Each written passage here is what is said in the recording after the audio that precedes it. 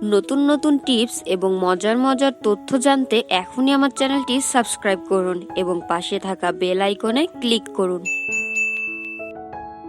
কখনো অসাবধানতায় খাবারে অতিরিক্ত ঝাল হয়ে গেলে তাতে সামান্য স্বাদের পার্থক্য আনা বুদ্ধিমানের কাজ। আজকের ভিডিওতে আমি আপনাদের দেখাবো রান্নায় অতিরিক্ত ঝাল কমানোর কয়েকটি সহজ উপায়। লেবুর রস।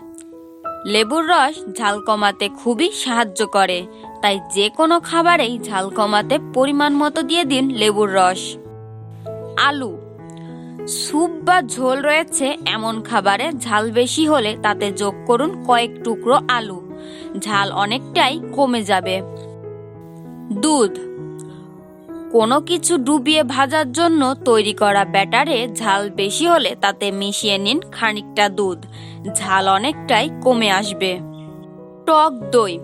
ভাজাভুজিতে ঝাল বেশি হলে তা টক দই সহযোগে পরিবেশন করুন, ঝাল বোঝাই যাবে না।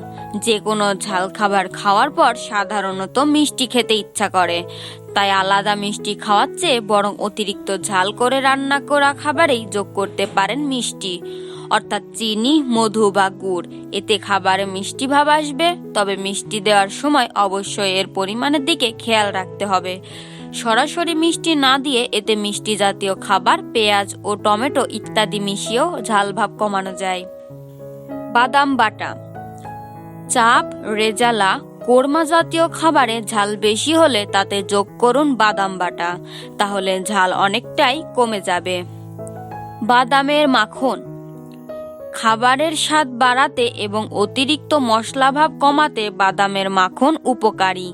এই মাখন খাবারে মশলার ঝাঁজ কমায় এবং পুষ্টিমান বাড়ায়। অ্যাসিড। অ্যাসিড উপাদান যেমন ভিনিগার, সিট্রাস বা টক ফলের রস, এমনকি কেচাপ খাবারে বাড়তি মশলা ভাব কমাতে সহায়তা করে। আরও উপাদান মেশানো। খাবার বানাতে গেলে ভুলবশত মশলা ঝাল বেশি হতেই পারে, সেক্ষেত্রে খাবারের স্বাদ ঠিক রাখতে এতে যোগ করতে পারেন বাড়তি উপাদান। যেমন স্যুপ বানানোর পর যদি মনে হয় বেশি ঝাল হয়েছে, তখন যোগ করতে পারেন অতিরিক্ত পানি। আবার নুডলস বা পাস্তায় আরও পেঁয়াজ, গাজর, আলু, মটর ইত্যাদি যোগ করে ঝালের পরিমাণ কমিয়ে ফেলতে পারেন। আজকের ভিডিও এই পর্যন্তই। ভিডিওটি ভালো লেগে থাকলে লাইক দিবেন। পরবর্তীতে কোন টপিক নিয়ে ভিডিও তৈরি করব অবশ্যই কমেন্ট বক্সে জানাবেন এবং আমার চ্যানেলে নতুন হয়ে থাকলে সাবস্ক্রাইব করতে ভুলবেন না।